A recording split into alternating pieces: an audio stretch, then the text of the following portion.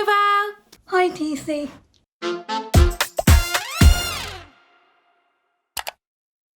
So what does your job as a TV actress entail? Well, you've got to start by learning your lines. Now, depending on how many lines I've got in the day, I'll either learn them a day before or a few days before.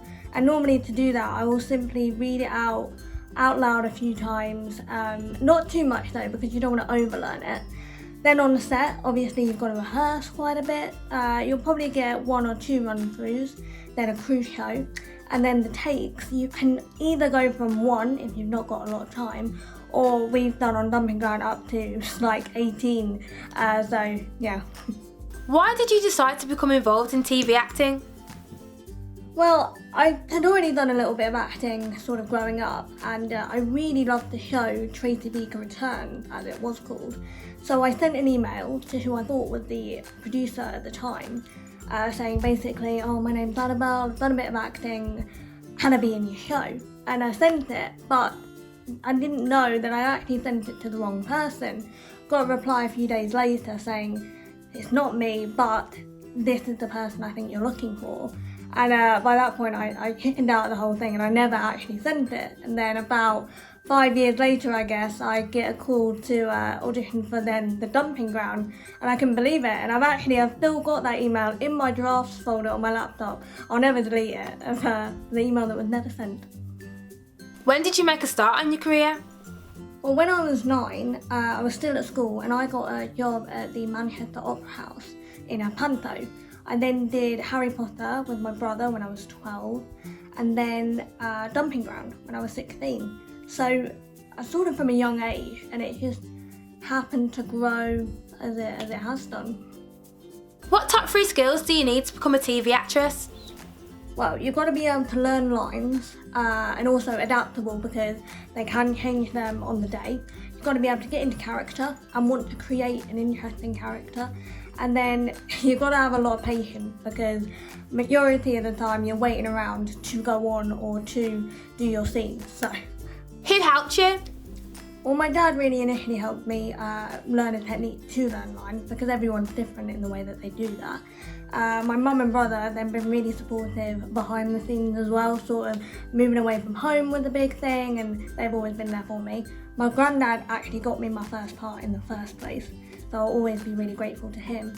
And then continually, you're always learning from actors and directors who you're working with. So yeah, you never stop learning. What's been one of your best career highlights or achievements so far?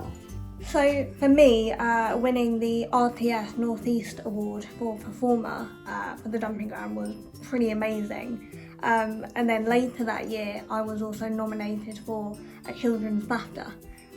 So yeah, that was pretty amazing to be recognised by sort of a big organisation like that, and it was a really cool evening too. You also do a lot of charity work, right?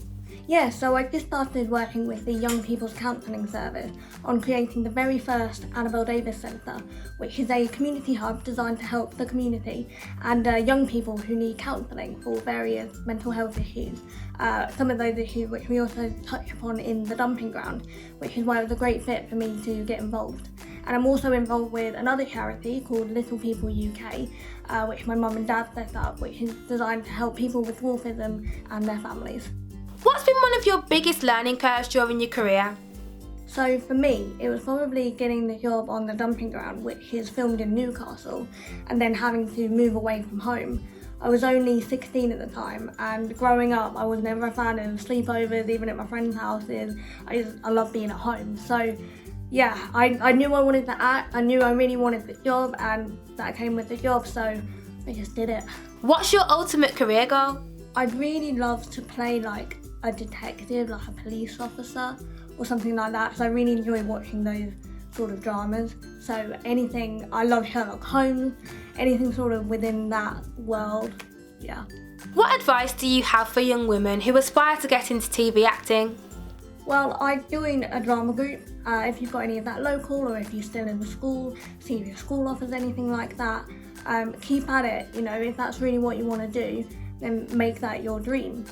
But obviously, acting isn't all the time. It is a really hard profession to get into and stick at. So have something, a hobby or just a sideline little business or something that you can keep going. Because it's also good to have as many skills as you can in life. Annabelle, thank you so much for joining me in today's Career Corner. It's been so lovely hearing from you. Thank you for having me, CC. It's been really fun. Bye.